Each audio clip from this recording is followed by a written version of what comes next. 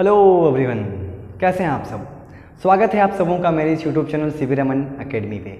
आज हम लोग कवर करेंगे कि electric potential due to an electric dipole at any point क्या होगा, और लास्ट में हम आप लोग को बताएंगे कि इलेक्ट्रिक पोटेंशियल डाइपोल की वजह से एक्सियल लाइन पे क्या होगा और साथ में इक्वेटोरियल लाइन पे क्या होगा। तो चलिए वीडियो को स्टार्ट करते हैं। आप इस फिगर को देखिए। हम इस फिगर पे एक डाइपोल लिए हैं। एक है हमारा, एक तरफ है उसका नेगेटिव चार्ज तो एक तरफ है उसका पॉजिटिव चार्ज। आपको पता है कि डाइपोल के बीच में जो चार्जेस होते हैं उसका बीच का जो डिस्टेंस होता है हम उसको डाइपोल लेंथ बोलते हैं, और वो इक्वल होता है 2L का।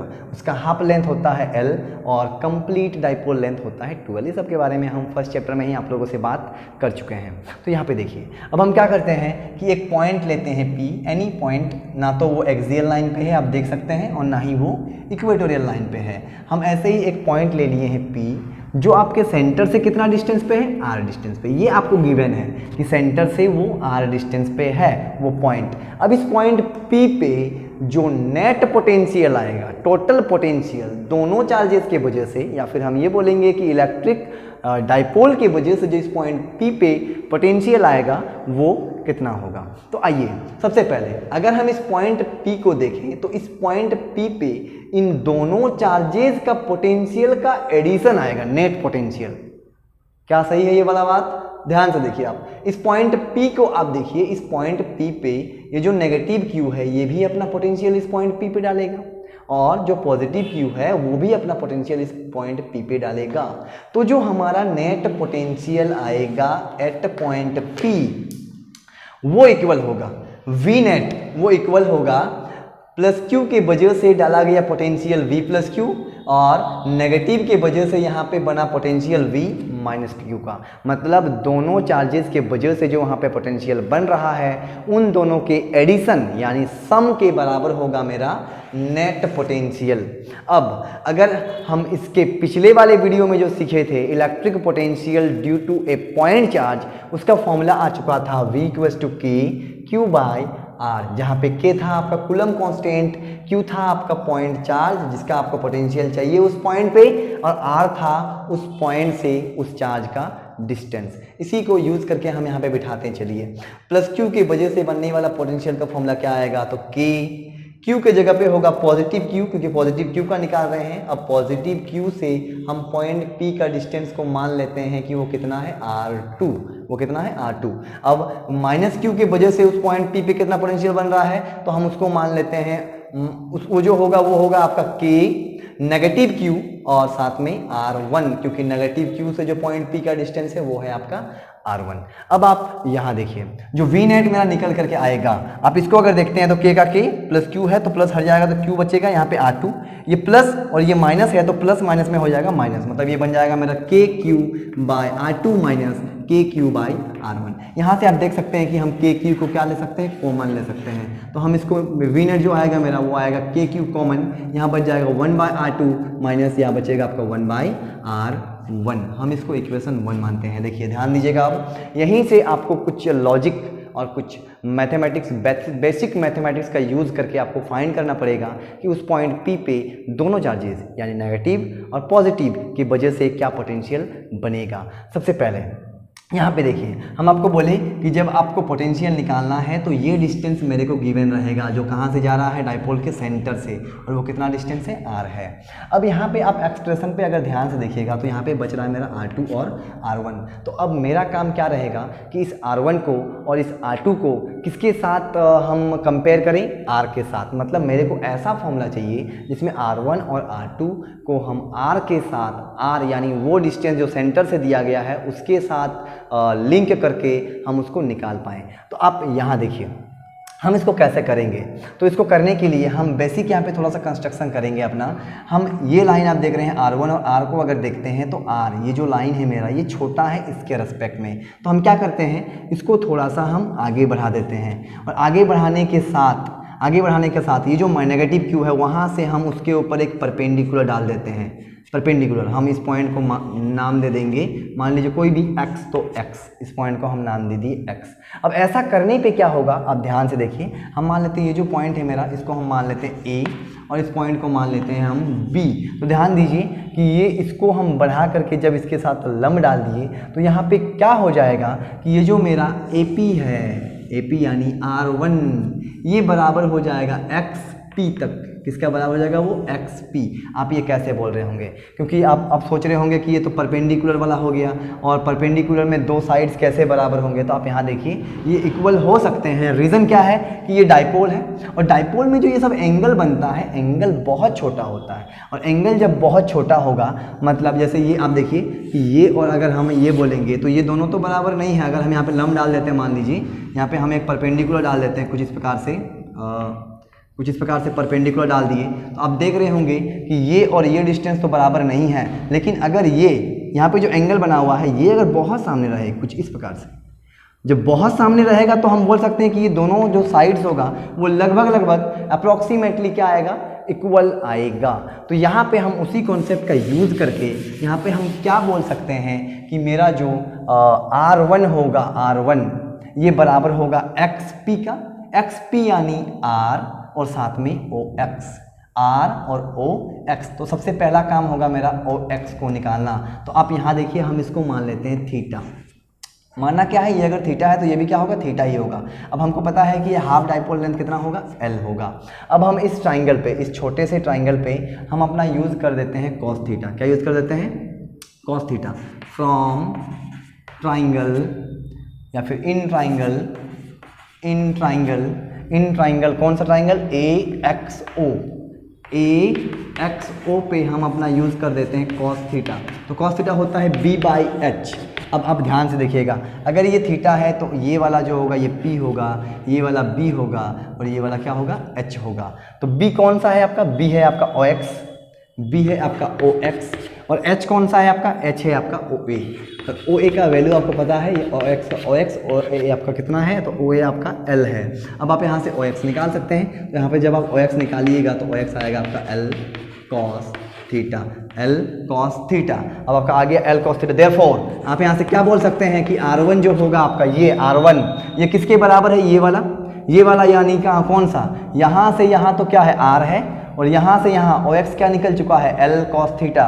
तो आप बोल सकते हैं कि R1 इक्वल होगा R plus L cos theta. तो आपका R1 निकल जाएगा R plus L cos theta. तो आपको R1 तो मिल गया।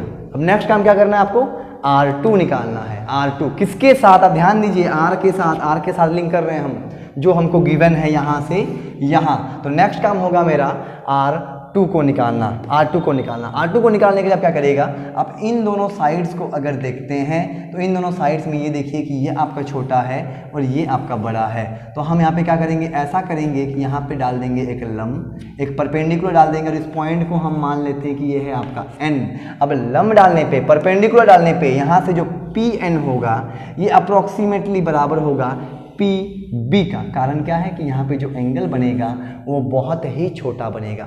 बहुत छोटा एंगल क्यों बनेगा? उसका कारण यही है कि ये डाइपोल है, और डाइपोल इतना छोटा होता है कि हम उसको खुले आंखों से देख भी नहीं सकते। तो उसके द्वारा बना गया एंगल तो बहुत ही छोटा होगा। जब वो एंगल बहुत छोटा होगा तो अप्रॉक्सीमेटली ये दोनों साइड्स क्या आएंगे? बराबर आएंगे। तो हम यहाँ पे R2 क्या बोल सकते हैं? R2 किसके बराबर होगा? R2 होगा आपका पूरा कितना है यहाँ से यहाँ, तो वो है आपका R, और हमको इस टर्म को माइनस करना है, R माइनस ON। तो हमको यहाँ पे R तो पता है, ON निकालना पड़ेगा। तो ON निकालने के लिए भी हम वही कॉन्सेप्ट यूज करेंगे कॉस थीटा वाला, लेकिन इस बार कौन से ट्राइंगल पे होगा? वो होगा OB और साथ में N, OBN। ये ट्राइंगल हम यहाँ लिख दे रहे हैं आपको देखने के लिए। ये वाला है आपका ऐसा, इस प्रकार से ये जाएगा, और ऐसा, और ये यहाँ पे परपेंडिकुलर है, ये यहाँ पे परपेंडिकुलर है, ये आपका थीटा है। तो ये अगर थीटा है तो ये वाला क्या आएगा आपका? ये आएगा आपका P, ये आएगा आपका, ये होगा P, ये होगा B, और ये होगा H। अब H का वैल्यू यहाँ से यहाँ कितना है? L है, तो ये हो गया आपका L।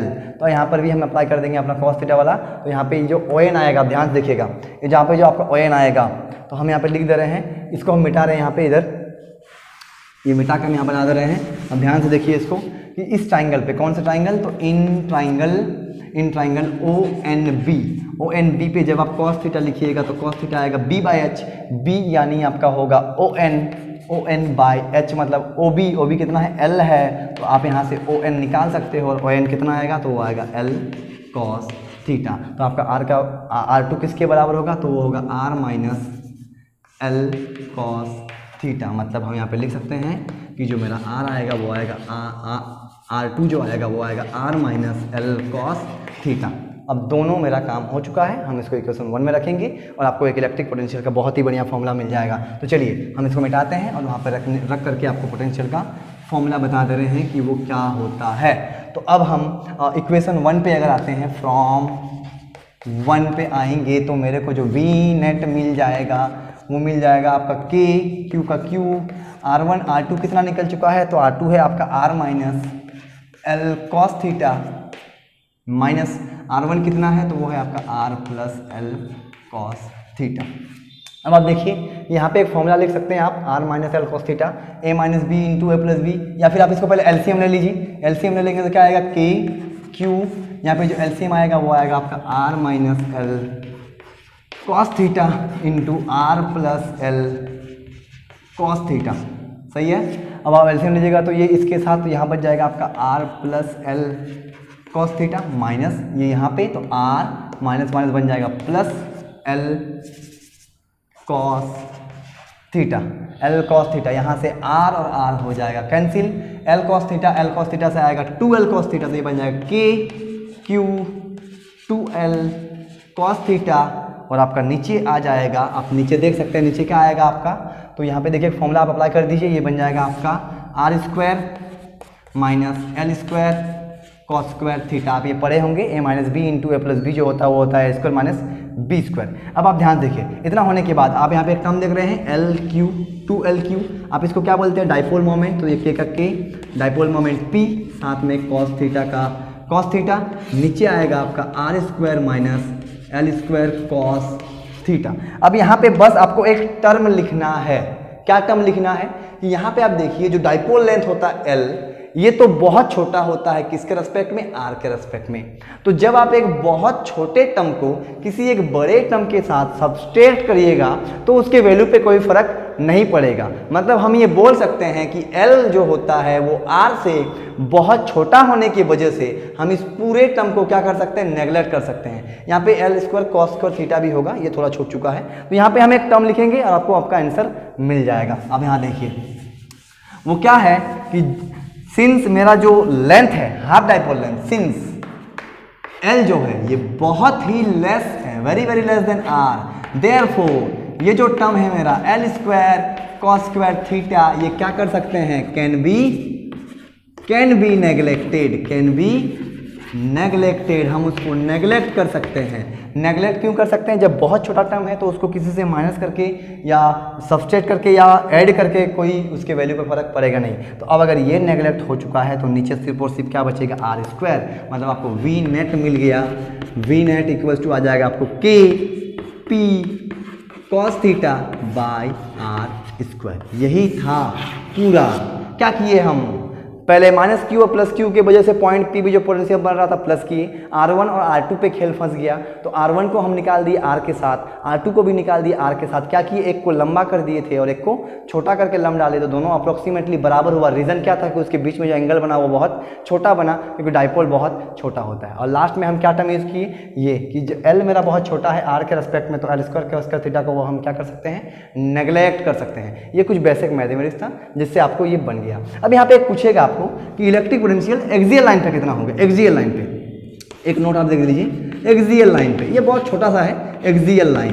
तो एक्सियल लाइन पे आपको पता है कि एक्सियल लाइन पे थीटा कितना बन जाएगा, 0 डिग्री, थीटा बन जाएगा आपको 0 डिग्री। आप यहाँ बिठा दीजिए, cos 0 का वैल्यू कितना होगा, cos 0 1, तो आपको यहाँ पे मिल जाएगा वी एक्सियल, ये आपको मिलेगा के की p by r square. Axial line पे ये मिलेगा। और आप देखिए दूसरा इक्वेटोरियल पे कितना मिलेगा, इक्वेटोरियल पे तो आपको पता है कि इक्वेटोरियल लाइन पे कितना मिलेगा, तो इक्वेटोरियल लाइन पे थीटा होता है 90, थीटा होता है आपका 90। अब आप खुद देखिए कि वी नेट cos 90 की वैल्यू कितना होगा, 0, तो पूरा टर्म कितना आएगा 0, मतलब इक्वेटोरियल लाइन पे जो आपको वी नेट मिलेगा वो मिलेगा 0। तो मैक्सिमम इलेक्ट्रिक पोटेंशियल मिलता है एक्सियल लाइन पे और मिनिमम मिलता है 0 जो होता है इक्वेटोरियल लाइन पे, और किसी एक पॉइंट के लिए जो दिखाए थे आपको एनी पॉइंट आर पे, वो होता है आपका ये वाला। ये टॉपिक्स आपके बोर्ड में 5-5 नंबर में पूछे जाते हैं। तो इस प्रकार के वीडियोस हम आप लोग के लेते आएंगे। ठीक है, मिलते हैं नेक्स्ट वीडियो पे।